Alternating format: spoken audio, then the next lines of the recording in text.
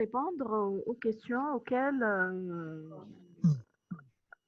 vous trouvez des problèmes au niveau de ce cours.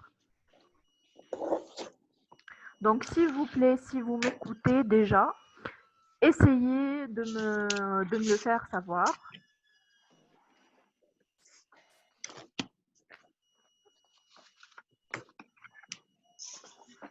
D'accord, on va commencer tout de suite.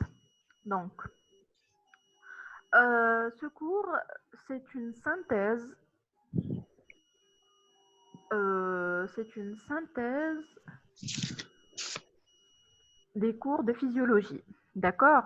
Donc, normalement, vous avez vu les cours sur les cellules immunitaires, sur les molécules du système immunitaire. Donc, pour les cellules, vous avez vu les différents types de lymphocytes.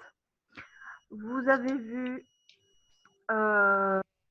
les cellules, donc les lymphocytes, c'est les représentants du système immunitaire adaptatif. Vous avez aussi les cellules du système immunitaire inné, donc ça va être les cellules phagocytaires et les cellules présentatrices d'antigènes, et en plus les cellules NK. Et vous avez vu aussi les molécules du système immunitaire, donc notamment le système du complément, le système, les immunoglobulines. D'accord? Donc, dans ce cours, on va voir les aspects humoraux et cellulaires de la réponse immunitaire. Donc, on va commencer tout de suite par une comparaison entre l'immunité innée et l'immunité adaptative, ou bien l'immunité acquise. Donc, pour l'immunité, on va voir une comparaison par rapport à la chronologie, à la spécificité, aux motifs moléculaires reconnus et aux effecteurs cellulaires et moléculaires. Donc, par rapport à la chronologie, donc vous avez deux volets. Vous avez la primo-infection et vous avez les infections répétées. Donc, pour la primo-infection, donc pour l'immunité innée, c'est une réponse rapide et ça consiste en la première barrière contre les pathogènes.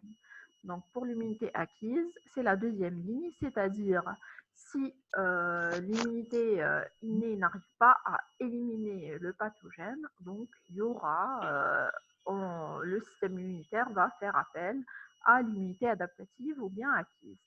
Donc en cas d'infection répétée, l'immunité innée va répondre de la même manière. Donc vous aurez une réponse identique. Alors que pour l'immunité acquise, donc c'est la spécificité de ce type d'immunité. Donc elle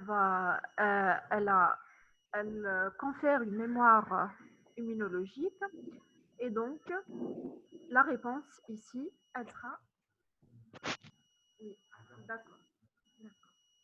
Et donc la réponse, elle sera rapide cette fois par rapport à la première fois, puisqu'on a dit qu'en cas de primo-infection, la réponse, elle sera plus lente. Donc, pour les infections répétées, puisque ce type d'immunité confère une mémoire immunologique, donc il y aura une réponse avec un temps de latence quasi nul. Donc, pour la spécificité, l'immunité innée agit de façon non spécifique, c'est-à-dire, normalement, vous avez vu les éléments de l'immunité innée. Donc, par exemple, le revêtement cutanéo-muqueux, il fait partie des systèmes barrières de l'immunité innée. Et donc là, donc, il agit de façon non spécifique, c'est-à-dire qu'il va agir vis-à-vis d'un streptocoque ou bien d'un staphylocoque de la même manière. D'accord? Donc, pour l'immunité acquise, non, elle est spécifique, c'est-à-dire que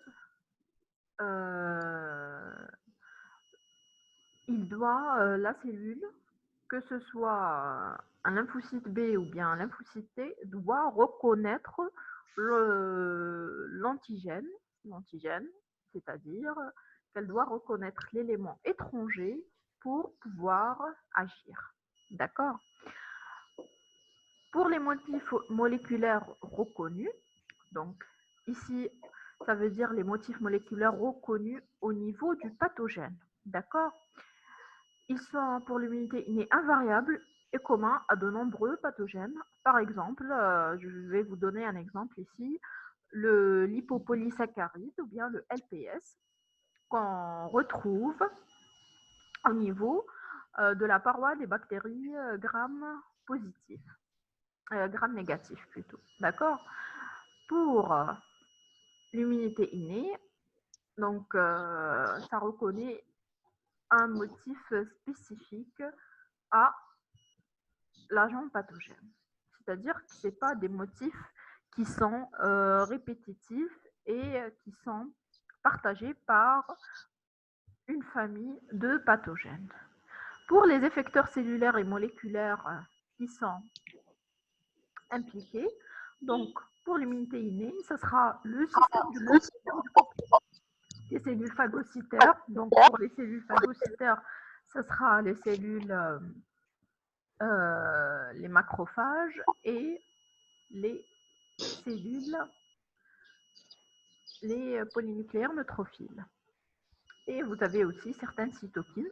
Donc je crois que vous n'avez pas fait le cours sur les cytokines, mais les cytokines. Donc tout simplement, c'est des effecteurs moléculaires donc, qui permettent de faire de transmettre des messages intercellulaires. Donc, on peut les comparer aux hormones. D'accord? Donc, c'est comme des hormones, c'est-à-dire qu'elles vont agir sur un récepteur au niveau de la cellule. Donc, c'est de petites protéines sécrétées par des cellules et qui vont agir sur d'autres cellules par le biais d'un récepteur. D'accord? Et c'est une très grande famille au niveau du système immunitaire. Donc, pour l'immunité acquise, donc, comme effecteur, vous avez les lymphocytes cytotoxiques, vous les connaissez, c'est les lymphocytes CD8+, et vous avez, donc là c'est pour l'immunité cellulaire, pour l'immunité humorale, donc vous avez les plasmocytes qui sont producteurs d'anticorps. Donc là, vous avez la comparaison entre l'immunité innée et l'immunité acquise, mais il faut savoir que ce sont deux systèmes complémentaires et coopératifs, c'est-à-dire qu'il y a toujours l'action de l'immunité innée au départ, et puis on va passer à l'immunité acquise, d'accord? Et même quand l'immunité acquise va prendre le relais, l'immunité innée, elle est toujours là et elle va donner toujours de l'aide pour l'immunité adaptative. D'accord? Donc là, on va passer. Donc, on va voir les réponses immunitaires spécifiques de l'entrée du pathogène dans l'organisme à l'activation des lymphocytes spécifiques en cellules effectrices ou bien mémoire. Donc là, c'est la spécificité du système immunitaire. Donc vous avez un lymphocyte qu'on appelle naïf, ou bien qui n'a jamais, ça veut dire quoi naïf? Ça veut dire qu'il n'a jamais rencontré un antigène. D'accord? Donc là, ce lymphocyte va se développer, se différencier et devenir soit un effecteur, donc qui va agir contre le pathogène, ou bien un lymphocyte mémoire, c'est-à-dire donc c'est une faible proportion par rapport aux effecteurs, les lymphocytes mémoire, et donc ils vont rester à tourner dans notre organisme pour donc en cas de réinfection, donc ils vont être les premiers effecteurs contre ce pathogène qui a réinfecté notre organisme. Donc, on a dit qu'on allait voir toutes les réponses immunitaires. Donc, Voilà.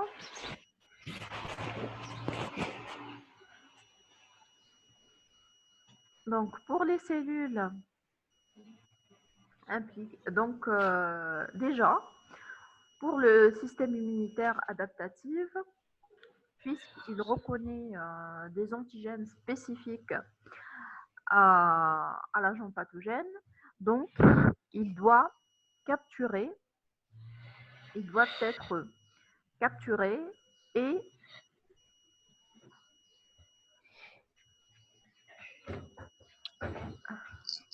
donc ils doivent être capturés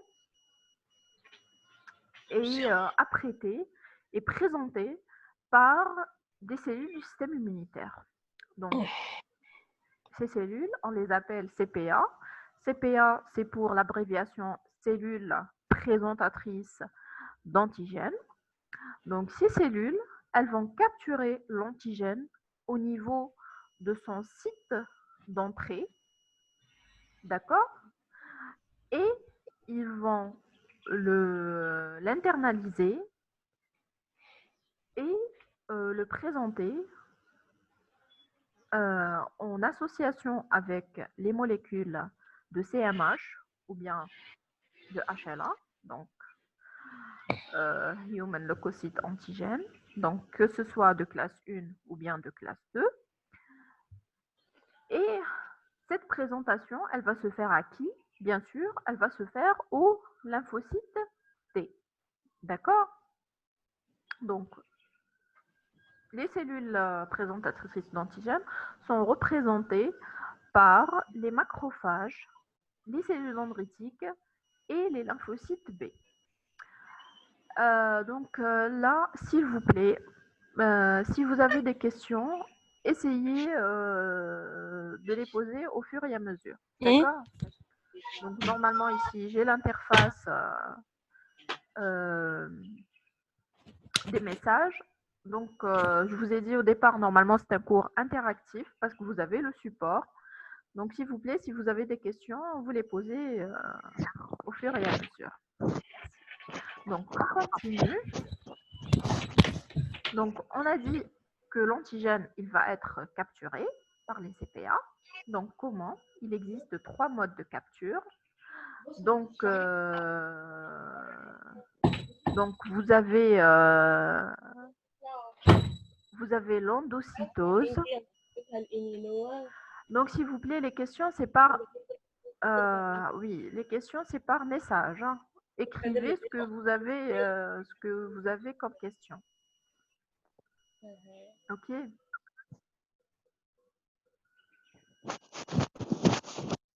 Et désactivez vos micros s'il vous plaît, ça va permettre de mieux entendre. D'accord? Désactivez vos micros.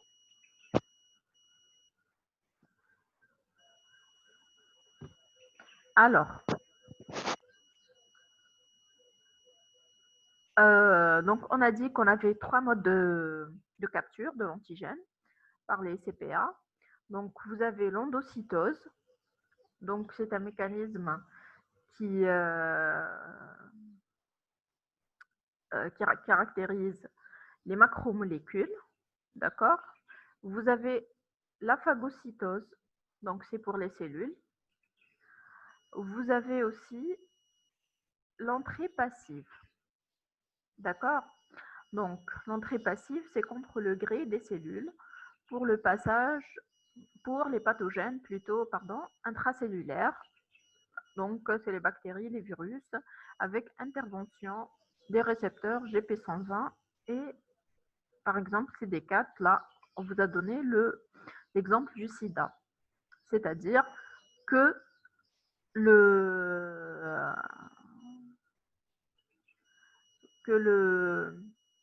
récepteur, donc que le récepteur va faire entrer l'antigène, d'accord, va faire entrer le virus. Donc on a dit qu'il y avait 3 types. Donc vous avez l'endocytose qui caractérise les macromolécules, la phagocytose, vous connaissez, c'est pour les cellules. Donc optimisée par une opsonisation préalable. Donc là, je vous aurais demandé c'est quoi l'opsonisation. Donc, l'opsonisation, normalement, vous l'avez vu dans les deux cours, des immunoglobulines et du complément. Donc,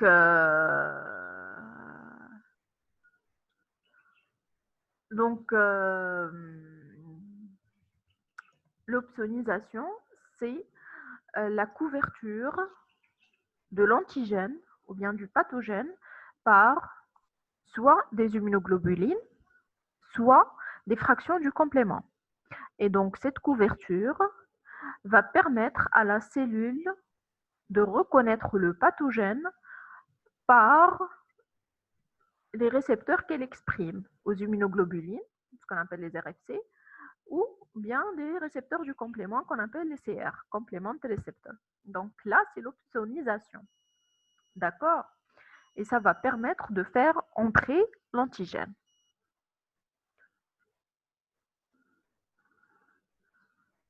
Là, on passe à autre chose. Donc, vous avez au niveau des CPA deux voies d'apprêtement. Donc, une fois, on a vu les voies d'internalisation. Donc, une fois l'antigène internalisé, donc il va être apprêté. Donc, il va être apprêté pour être présenté à la surface de la cellule présentatrice d'antigène. Donc, il va être présenté à la surface sur la cellule présentatrice d'antigène via les molécules de CMH. Donc, l'antigène ou bien le pathogène, une fois internalisé au niveau de la cellule, il va être apprêté, ça veut dire qu'il va être l'objet d'une digestion au niveau de la cellule et donc et une digestion et une association aux molécules de CMH, que ce soit de classe 1 ou bien de classe 2. Donc, pour le cas des antigènes endogènes, issus de pathogènes intracellulaires, ils sont apprêtés par le protéasome. Et donc, c'est ce que vous voyez ici à gauche. D'accord? Ce que vous voyez sur le schéma à gauche. Et ils vont être présentés par le CMH de classe 1 ou lymphocyte T CD8. Pour les antigènes exogènes, ils vont être apprêtés par les hydrolases endo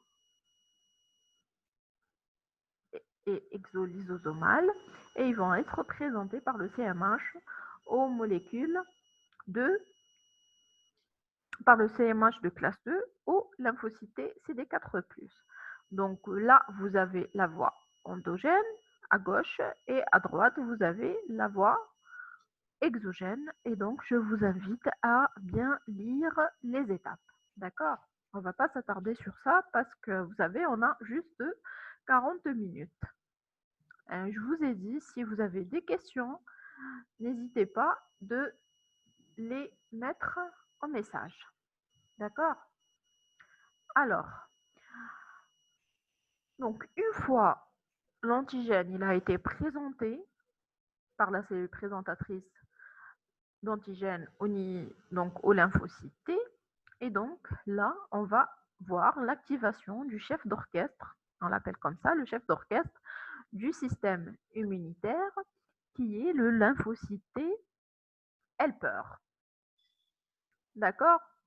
Donc le lymphocyte T helper, donc là, il est naïf, et on va l'appeler lymphocyte T helper naïf. Donc, il va reconnaître l'antigène au niveau de la CPA et il va y avoir une reconnaissance. Donc là, c'est ce que vous voyez au niveau du schéma en haut. Donc là, vous avez une reconnaissance double. On va commencer par la reconnaissance du CMH. Donc là, ce qui est en jaune, c'est la cellule présentatrice d'antigène. Donc vous avez la cellule avec le CMH et l'antigène ici. Donc ce qui est en rouge, c'est l'association CMH peptide. Et la reconnaissance, elle se fait bien sûr par le TCR, le T-cell receptor. Donc le récepteur spécifique du lymphocyte. Donc, normalement, vous l'avez vu auparavant, donc c'est un complexe associé à la molécule CD3. Donc là, vous voyez qu'il y a présentation, reconnaissance, d'accord? Et vous avez ici la reconnaissance via, parce que ça va être soit lymphocyte CD4+, ou bien CD8+. Donc là, pour cette molécule, donc, vous avez la molécule CD4 ou bien CD8, elle reconnaît une région au niveau du CMH, que ce soit classe 1 ou bien classe 2. Donc là, c'est la reconnaissance via le CMH. Donc là, c'est le premier signal. Là, le deuxième signal, c'est les cellules, c'est les molécules de co-stimulation. Donc pour les molécules de co-stimulation, vous avez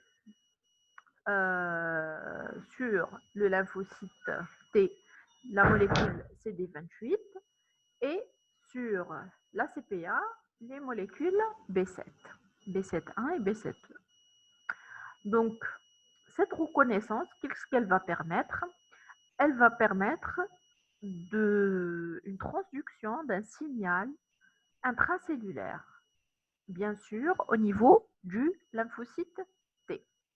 D'accord? Donc, le signal intracellulaire, donc, c'est quoi? C'est une cascade enzymatique de phosphorylation par des phosphokinases. D'accord? Et ça va permettre le recrutement de protéines adaptatrices et production d'un second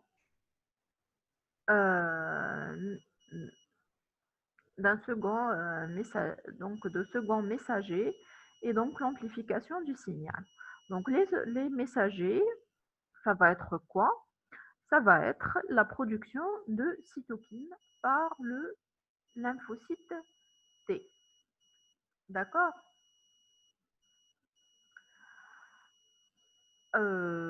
Donc,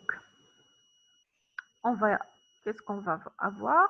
Donc, je vous ai dit, donc le schéma en bas, vous aurez la phosphorylation de certaines protéines, comme ici la ZAP70. Et qu'est-ce que ça va faire? Ça va faire que ces protéines vont à leur tour phosphoryler d'autres protéines. Et donc, il y aura quoi? Il y aura phosphorylation de ce qu'on appelle de facteurs de transcription. Donc, les facteurs de transcription, leur rôle, c'est quoi? Le rôle, c'est de passer vers le noyau et d'activer la synthèse ou bien d'activer la transcription, hein, donc c'est plus juste de dire transcription, de gènes, de cytokines et de leurs récepteurs, et aussi de gènes de molécules d'adhésion. Donc les cytokines, c'est pour pouvoir amplifier la réaction, qui sont très nécessaires, et les molécules d'adhésion, donc c'est des molécules d'après leur dénomination, donc c'est des molécules qui vont permettre à la cellule de se déplacer d'un compartiment à un autre. D'accord? Donc, pour l'activation du lymphocyte helper, donc vous avez un rôle clé de l'IL2. Donc, qu'est-ce qu'elle va faire l'IL2? Donc, on a vu qu'il y avait l'histoire de la double reconnaissance. Donc, ça, il faut commencer toujours par ça. Donc, c'est primordial, c'est la clé de la reconnaissance et de l'activation d'un lymphocyte T naïf. Donc, la reconnaissance via le TCR et les molécules d'adhésion, les molécules de co-stimulation, pardon. Donc là, vous aurez activation de gènes de la cytokine IL2, Donc, l'IL2, c'est une cytokine qui est spécialisée dans l'activation de la prolifération et la différenciation des lymphocytes T.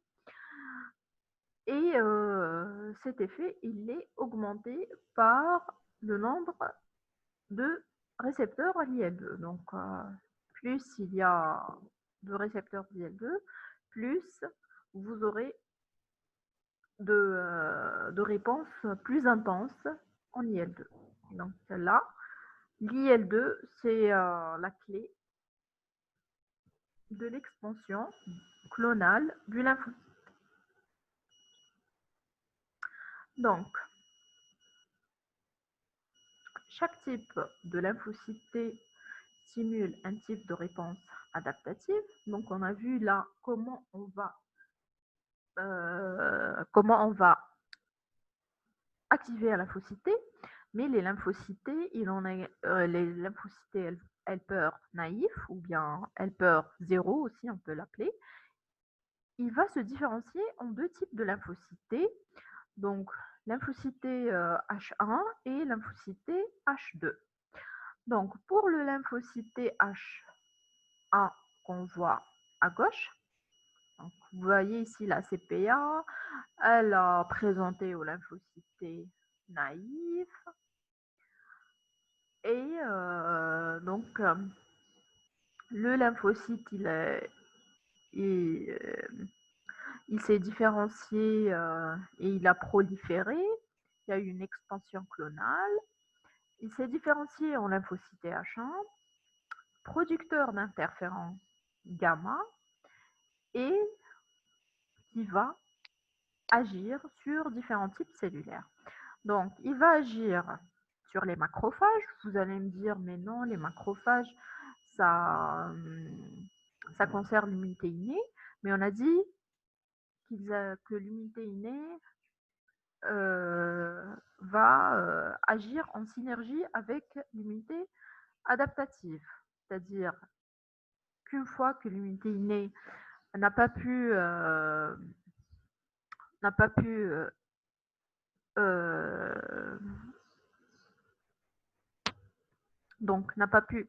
éliminer le pathogène, donc il y aura appel de l'immunité adaptative, mais qui va activer en même temps l'immunité innée pour avoir un système immunitaire plus efficace. D'accord?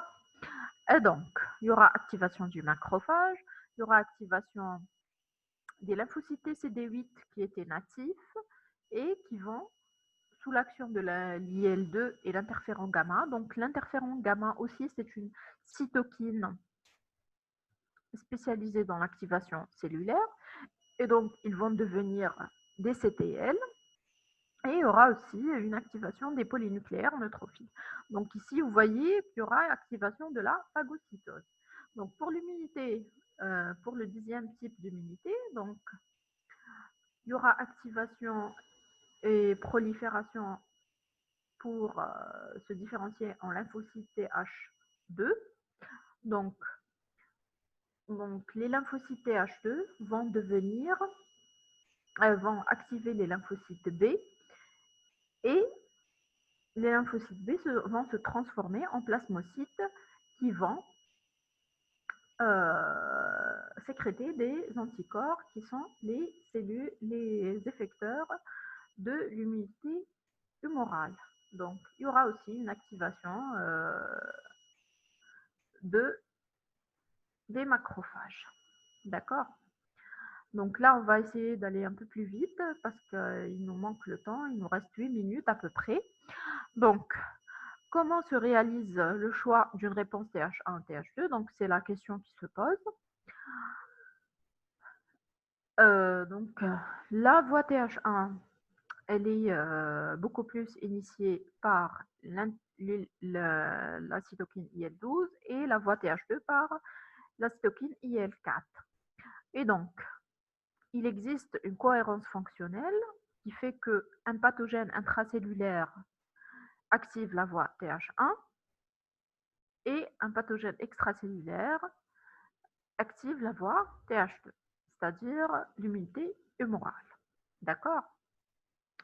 Donc, pour la mise en place des cellules effectrices, donc la différenciation terminale des lymphocytes effecteurs en plasmocytes, plutôt des lymphocytes effecteurs en plasmocytes et CTL, donc l'activation, prolifération puis différenciation d'un lymphocyte B naïf en lymphocyte, en plasmocyte ou lymphocyte B mémoire.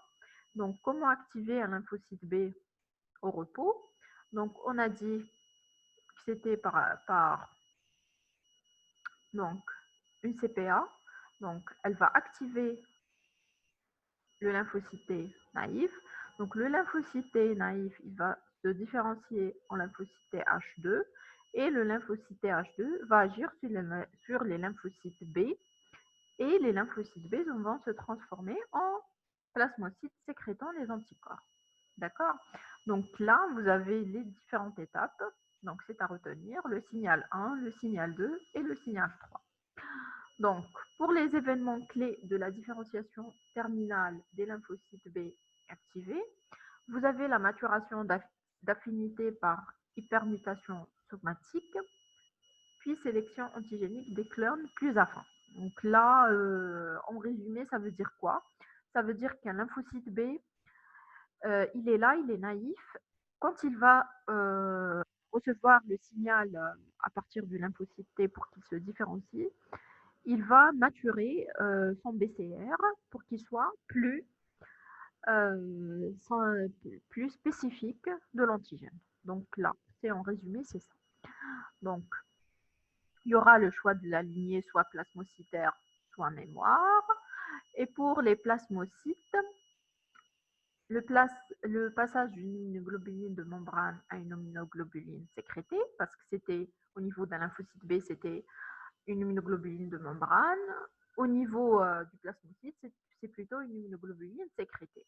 Vous avez la commutation isotypique, c'est-à-dire que selon le type aussi de pathogène et de cytokines qui sont présentes, vous aurez une réponse soit IgG, soit IgE, soit IgA, d'accord? Et vous aurez une énorme production de cytokines, d'immunoglobuline. Donc, pour l'activation d'un CTL ou bien d'un CD8 naïf en lymphocyte cytotoxique, donc vous avez la même chose, vous avez les différents signaux, le signal 1, le signal 2 et le signal 3. Donc normalement là, vous les connaissez. Donc reconnaissance, molécules de co-stimulation et enfin les cytokines. D'accord? Donc c'est la même chose. Une CPA va activer un lymphocyte H naïf qui va activer à son tour un lymphocyte CD8. D'accord? Et il y aura prolifération et différenciation de ce lymphocyte naïf, CD8. Donc, pour la phase effectrice, en amont de la réponse immune, il existe une exclusion des pathogènes par les barrières cutanées et muqueuses, donc les barrières physiques et les barrières chimiques. Donc là, c'est en ce qui concerne l'immunité innée.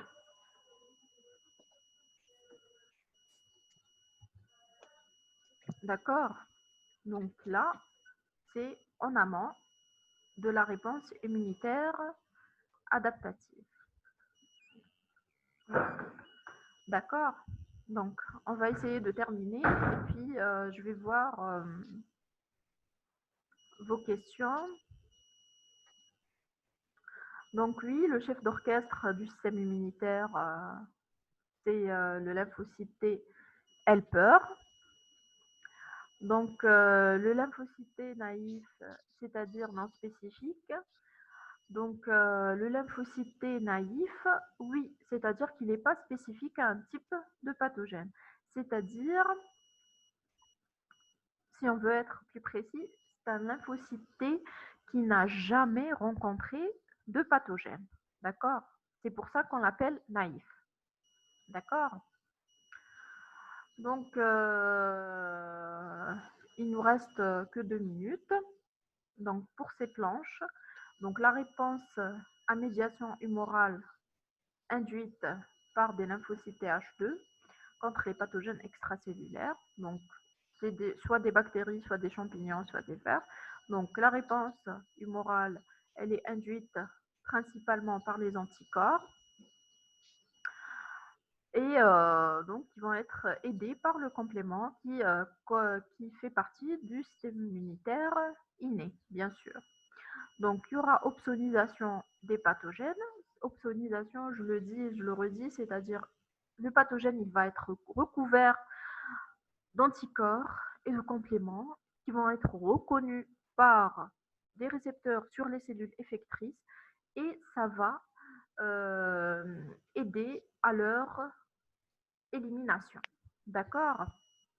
Donc, élimination par le complément, donc vous connaissez, c'est la voie classique, donc ça sera la formation du CAM, le complexe d'attaque membranaire, et pour les immunoglobulines, donc ça sera la phagocytose, soit par les macrophages, soit par les polynucléaires neutrophiles.